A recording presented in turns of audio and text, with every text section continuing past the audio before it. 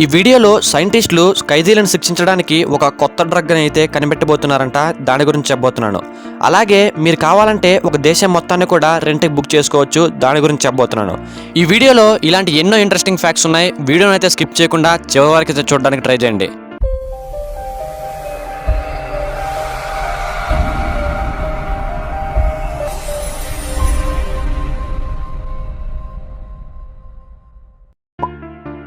మనం ఆనందంగా ఉన్నప్పుడు టైం చాలా ఫాస్ట్గా అయితే గడుస్తుంది.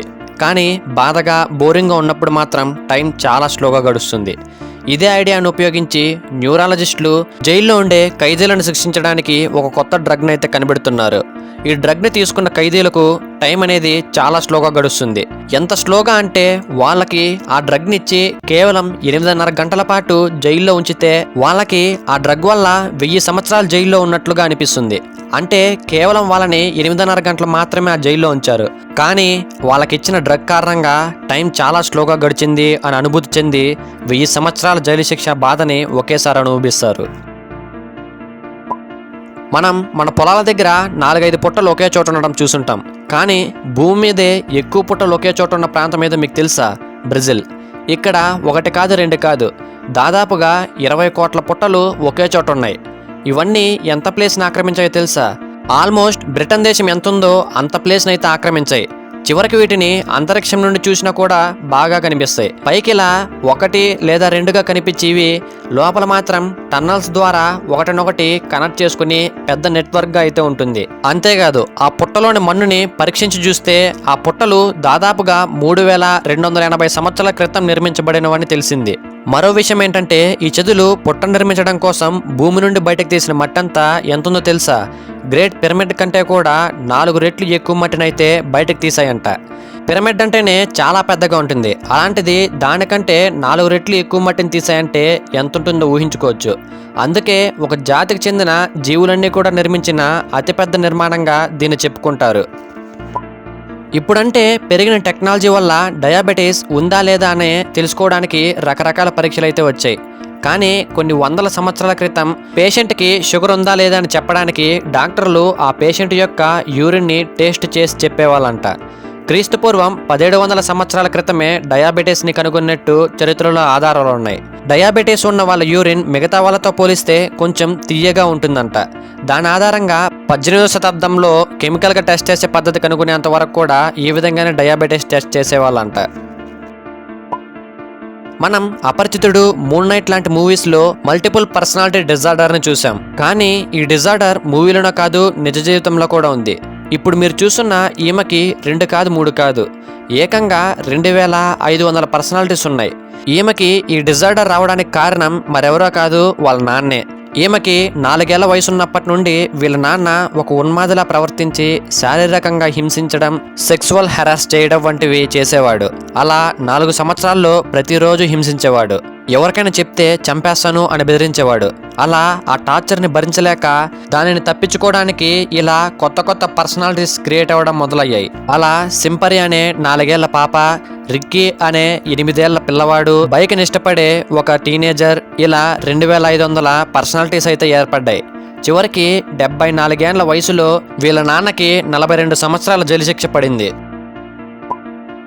ఎయిర్ కండిషనర్ కెపాసిటీని 1 టన్, 1.5 టన్, 2 టన్స్ అని టన్స్లో ఎందుకు కొలుస్తారో మీకు తెలుసా? ఒకప్పుడు అంటే ఏసీని కనుక్కోక ముందు గదుల్లో చల్లబరచడానికి పెద్ద ఐస్ బాక్స్ని అయితే పెట్టేవాళ్ళు.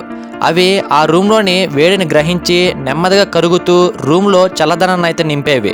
ఒక రూమ్లో 1 టన్ ఐస్ బ్లాక్ని పెడితే అది 24 గంటల్లో ఎంత చల్లదనాన్ని ఇస్తుందో 1 టన్ కెపాసిటీ ఉన్న ఎయిర్ కండిషనర్ కూడా 24 గంటల్లో అంతే కూలింగ్ ఇస్తుంది. ఏసీ కెపాసిటీ అందరికీ సులువుగా అర్థం అవడం కోసం ఏసీని కనిపెట్టిన విల్లీస్ కెరీర్ ఆ పాత పద్ధతిని దృష్టిలో పెట్టుకుని ఏసీ కెపాసిటీని టన్నుల్లో కొలవడం మొదలుపెట్టాడు. ఈ విధంగా రూమ్ సైజును బట్టి ఏసీ కెపాసిటీని అయితే నిర్ధారిస్తారు. ఇక్కడ మీరు చూస్తున్న ఇతని పేరు రాబర్ట్ బ్రూక్. ఇతను మద్యం సేవించి దొంగతనం చేసినందుకు గాను జైల్లో పెట్టారు. ఇతను జైల్లో ఉన్నప్పుడు జడ్జికి ఒక రిక్వెస్ట్ పెట్టాడు.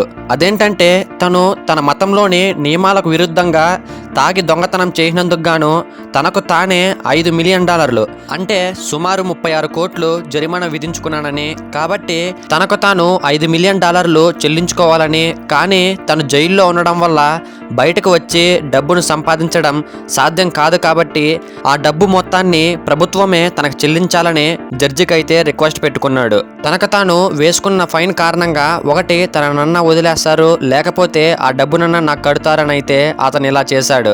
కానీ కోర్టు మాత్రం ఆ రిక్వెస్ట్ని కొట్టిపడేసింది. అయినా కూడా రాబర్ట్ దాన్ని వదలలేదు. వేరే కోర్టులో కూడా పిటిషన్ వేశాడు. అయినా ఆ కోర్టు కూడా దాన్ని అయితే రిజెక్ట్ చేసింది. రిజెక్ట్ అయితే అయ్యింది, కానీ విచిత్రమైన కేసుల్లో ఒకటిగా టైమ్ మ్యాగజైన్లోకి అయితే ఎక్కింది. ఇక్కడ మీరు చూస్తున్న ఈయన పేరు లీ షిమ్షింగ్. ఈయన చిన్నప్పుడు పేదరికం కారణంగా చదువును మధ్యలోనే మానేసి 4 సంవత్సరాల పాటు సైకిల్ మీద ఐస్ క్రీమ్ నమ్మాడు. తరువాత ఎలాగో అలా హై స్కూల్ చదువునైతే పూర్తి చేశాడు. ఈయనకి 22 ఏళ్ల వయసు ఉన్నప్పుడు ఒకసారి డాన్లూప్ అనే కంపెనీకి ఇంటర్వ్యూకి వెళ్తే ఆయనకి సరిగ్గా ఇంగ్లీష్ రానందున ఆయనైతే రిజెక్ట్ చేశాడు. కానీ సరిగ్గా 25 సంవత్సరాల తరువాత ఆయన కొన్ని $1 బిలియన్ సంపాదించి ఒకప్పుడు ఆయన రిజెక్ట్ చేసిన అదే కంపెనీని కొనేశాడు. తనని రిజెక్ట్ చేసిన కంపెనీనే కొనడం అంటే మాటలు కాదు కదా. అందుకే ఆ కంపెనీని కొన్న రోజే ఆయన జీవితంలో ఆయనకు సంతోషం కలిగించిన రోజునే చెప్పుకుంటూ ఉంటాడు. కొన్ని దేశాలలో క్లౌడ్ సీడింగ్ పద్ధతి ద్వారా వర్షాన్ని అయితే కురిపిస్తూ ఉంటారు. అయితే అసలు ఈ పద్ధతి ద్వారా వర్షం ఎలా కురుస్తుందో మీకు తెలుసా? సాధారణంగా మేఘాలు చాలా చిన్న చిన్న నీటి చుక్కలతో నిండి ఉంటుంది, లేదా ఐస్ క్రిస్టల్తో ఉంటుంది. చిన్న చిన్న నీటి బిందువులన్నీ కలిసి ఒక పెద్ద నీటి బిందువుగా అయితే మారుతాయి. ఈ నీటి బిందువులు బరువు పెరగడం వల్ల వాటిని మేఘాలు పట్టుకోలేవు. అప్పుడు అవి నేల మీద పడతాయి. అలా వర్షం అయితే పడుతుంది. కానీ కొన్ని పరిస్థితులలో మేఘాలలో ఉండే నీటి బిందువులు చాలా చిన్నవిగా దూరంగా ఉంటాయి. అందువల్ల వర్షం అయితే కురదు. అలాంటి పరిస్థితుల్లో ఈ క్లౌడ్ సీడింగ్ పద్ధతిని అయితే ఉపయోగిస్తారు. ముందుగా ఒక సీడింగ్ మెటీరియల్ ఎంచుకుంటారు. సాధారణంగా సిల్వర్ అయోడేట్ లేదా పొటాషియం అయోడేట్ లేదా సోడియం క్లోరైడ్ ని సిల్వర్ మెటీరియల్ గా ఎంచుకుంటారు. ఈ సీడింగ్ మెటీరియల్ ని విమానాల ద్వారా మేఘాల మీద చల్లుతారు. సిల్వర్ అయోడేట్ మరియు ఐస్ యొక్క క్రిస్టల్ స్ట్రక్చర్ అనేది ఒకేలాగుంటుంది. కాబట్టి సిల్వర్ అయోడేట్ కి నీటి బిందువులన్నీ అంటుకోవడం వల్ల బరువు పెరిగి వర్షం అయితే కురుస్తుంది. ఎయిర్బిఎన్బి అనే కంపెనీ గురించి మీరు వినే ఉంటారు. వీళ్ళు మన ఇంట్లో ఖాళీగా ఉన్న గదులను కానీ లేదా ఇళ్ళని కానీ ఎవరికైనా అకామిడేషన్కి కావాలంటే రెంట్కి ఇచ్చేలా చేస్తూ ఉంటారు. లేదా వేరే ప్రాంతాలకి పని మీద వెళ్ళినప్పుడు వీటిలో రెంట్ కొండవచ్చు. అయితే ఈ ఎయిర్బిఎన్బిలో కేవలం ఇండ్లు మాత్రమే కాదు, ఏకంగా ఒక దేశం మొత్తాన్ని కూడా రెంట్కి తీసుకోవచ్చు. యూరప్లోని లిస్టెన్స్టైన్ అనే దేశం ఉంది. మీరు కావాలంటే ఆ దేశం మొత్తాన్ని కూడా రెంట్కి బుక్ చేసుకోవచ్చు. చాలామంది ధనవంతులు షూటింగ్ల కోసం, ఫంక్షన్ల కోసం దీన్ని అయితే బుక్ చేసుకుంటూ ఉంటారు. దీనిలో భాగంగా మీకు కావాల్సినట్టు ఆ వీధుల పేరును కూడా మారుస్తారు. టెంపరరీ కరెన్సీని కూడా ప్రింట్ చేస్తారు. ఇలా అన్ని ఆర్భాటాలతో స్వాగతం పలుకుతారు. అలా మనతో పాటు ఆ దేశ జనాభా 35,000 మంది కూడా అక్కడే ఉంటారు. అయితే ఈ దేశాన్ని బుక్ చేసుకోవాలంటే ఒక్క రోజుకి $70,000 అంటే మన కరెన్సీలో 50 లక్షలు పే చేయాలన్నమాట. ఆవులకు, గేదెలకు తేనెటీగల్లాంటి కొన్ని రకాల ఈగలైతే కుడుతూ ఉంటాయి. వీటి వల్ల ఆవులు సరిగ్గా తినవు, అలాగే సరిగ్గా నిద్రపోవు. అలానే అవి ఒత్తిడికి గురవుతూ ఉంటాయి. దీని కారణంగా ఆవులిచ్చే పాలు కూడా తగ్గిపోతాయి. కేవలం ఈ ఈగల వల్ల ఒక్క అమెరికాలోనే పాల పరిశ్రమకి $2 బిలియన్ నష్టం వచ్చిందంట. అయితే ఈగల నుండి పశువులను రక్షించడానికి సాధారణంగా అందరూ ఈగల ముందు అయితే కొడుతూ ఉంటారు. కానీ ఈ సమస్యను పరిష్కరించడానికి జపాన్ వాళ్ళకి ఒక ఐడియా అయితే వచ్చింది. మిగిలిన జంతువులతో పోలిస్తే జీబ్రాలను ఈగలు, పురుగులు చాలా తక్కువగా అయితే కొడతాయి. ఎందుకంటే వాటి శరీరం అయితే నలుపు తెలుపు చారలతో అయితే ఉంటుంది. కాబట్టి ఆ చారలు అనేవి ఈగలని కన్ఫ్యూజ్ చేసి వాటికి ఎక్కడ వాళ్ళలో అర్థం కాకుండా చేస్తాయి. అదే ఐడియాని ఉపయోగించి గేదెలకి, ఆవులకు కూడా జీబ్రాల్లాగే రంగులు వేశారు.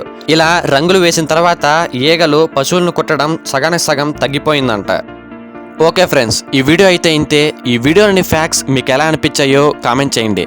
నచ్చితే లైక్ చేసి మన ఛానల్కి సబ్స్క్రైబ్ చేసుకోండి.